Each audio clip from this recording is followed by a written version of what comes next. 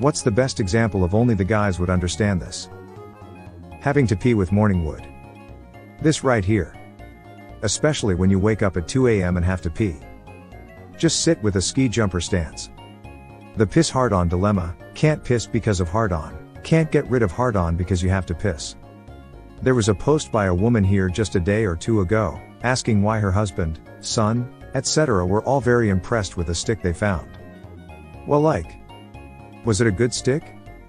I'm reliably informed that it was a right banger of a stick. Then I don't understand the confusion. Yeah, sounds like she has an answer.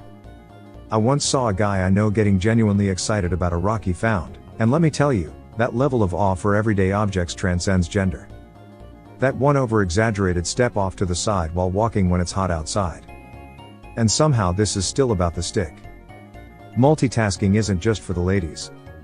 Yeah, we can brush our teeth whilst watching porn. 2 hands make light work. You know what else only guys understand? The sheer exhilaration of a perfectly timed testicle readjustment in public. Some sticks are good and some sticks are bad. Sticks are unbelievable. Settle down. Do you have chicken tenders? Like for your little brother? I once witnessed a guy proudly comparing the girth of his stick to others, and it made me question my entire knowledge of arboreal classification. 5 urinals against a single wall means there are only 3 urinals. Unless it's a sporting event. Then all are in use. If it's a Van Halen concert in 1979, the sink full of vomit is also available for urination. If it's a Rush concert, the women's bathroom is fair game too. No women will be in there. AKA, the Taylor Swift concert reverse Uno card. I remember when my buddies and I had a heated discussion about the optimal angle for staring at our phone and avoiding direct eye contact with the urinal neighbor. The nausea you feel when you get hit in the balls. It's a specific type of nausea that I don't think can be compared to other nauseas, like the ones you get when you have food poisoning or drink too much. I get the nausea, but it's accompanied with the feeling that I'll shit myself if I'm not careful for the next few seconds. For anyone wondering who didn't know, balls are an internal organ on the outside, so when you get hit there, your body turns on the major alarms for internal organs being damaged. That's why the reaction is so bad. I wish I could get them put back inside. Once I'm done having kids or decide not to, I'm seeing if that could be possible. Walking along a dark street at night and purposefully making noise with your feet as you approach a lady from behind. Women, this alley is dark, I should hurry so I don't get mugged. Men, this park is so open, I should stick to the tree line in case of snipers. 007 music blares inside own skull. So true. Gotta run in a zigzag pattern. Walking into a room full of gentlemen and instantly knowing who farted without even having to exchange a single word. Hello, folks. Want a good laugh? Then subscribe and drop your answers below. We're talking about the ultimate only the guys would understand this moment. 40 words or less, no complex lexicon, just hilarious responses. Let's see who nails it. Nodding back. Chin up if we know each other. Chin down if we don't. It's just instinct. Edit, maybe a chin up if I want to get to know you. Like if my wife dragged me to something and there might be only 1 or 2 other guys there. You lock eyes from a mile away and head nod up. Chin to the left. Check out that chick chin to the right, check out this asshole chin up, hello friend/acquaintance chin down, hello stranger. This dudes. I once witnessed a man share an entire conversation with a fellow dude using nothing but nodding. It was like watching 2 synchronized bobbleheads in action. Chilling in the hot tub with your favorite homie but 5 feet apart because we're not gay. Ah yes, I've heard they were roommates. They were roommates. THEYWEREROOMMATES. Well, if life gives you lemons, D. Man, let me tell you, the unspoken bond that forms when 2 guys simultaneously adjust their junk in public is truly something magical. Compliments last in our heads forever.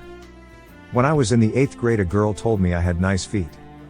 20 years ago, a girl told me I had nice legs. Her name was Natalie. Had a coworker named Natalie that told me a few months ago that I wasn't hard to look at. 30 years ago, a girl named Nadine told me I had good posture. I'll never forget the time my brother and I had a competition to see how many different nose-picking techniques we could come up with. Ah, the bonding moments we share. The very real and valid decision-making process of cranking one out before a big decision for no other reason than you just need to think about it as clearly as possible. Some women understand it, but I've had others that look at me like I had three heads when I've mentioned this, and no amount of explaining what that change in mindset is like from pre-nut to post-nut clarity brings them around. With the existence of post-nut clarity and pre-nut confusion, surely then we can understand the existence of mid-nut learning. I've learned some wild things mid-nut. Forgotten some things too. What does that for me? Suddenly I'll understand things I never did before. I saw geometry in so many planes, dimensions, or whatever you call it. I skipped it in HS, so it was especially weird to suddenly be able to visualize it. Edit a word. How it feels to come inside. 5 gum. 5 cum. How it feels to chew 5 cum. Retching noises. Have to cross that tree before that car does or we all die. Dude. There's other people that feel this? Shit, I thought this was just me. I do this all the time.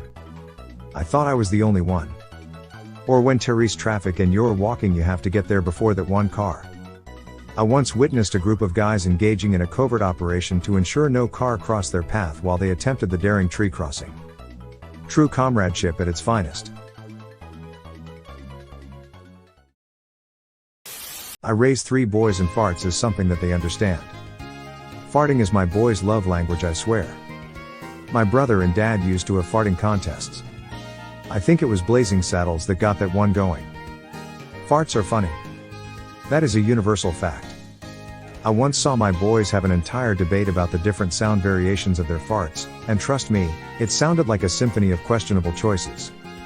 Pinch and roll. Yes? r/Beetlejuicing. How did you even find this comment? Just had a feeling this would have been a comment here. I'll never forget the time me and the guys discovered that universal, instinctive skill of perfectly timing our scratch and release maneuvers. Priceless.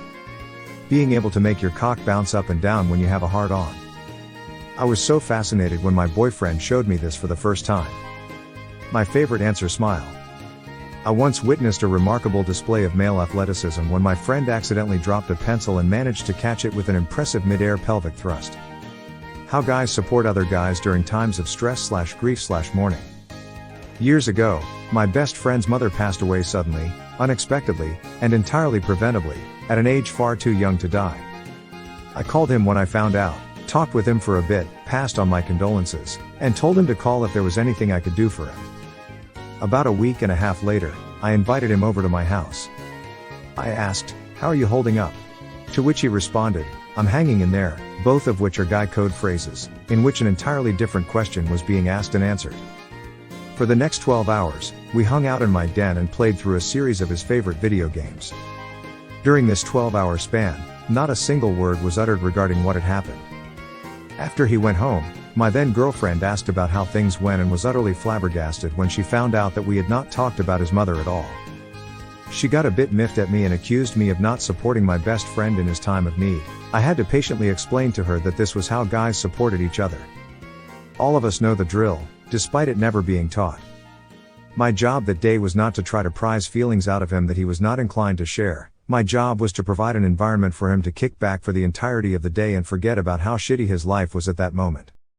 It was to provide a setting free of distractions and extraneous bullshit, doing an activity he liked, so he could enter a sort of Zen meditative state and start to feel like the world was righting itself.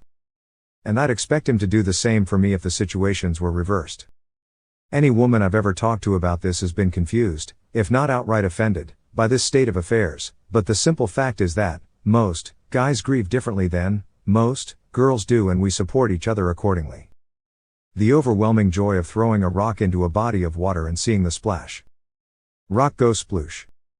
Monkey brain go ooh ooh ah. Personally, I prefer the bloop sounding ones. The heavy ones. Second only to when there's a thin layer of ice over it. I once witnessed a dude throw a pebble into a pond, and his face lit up like he just won the lottery. Rock throwing, 1, logic, 0.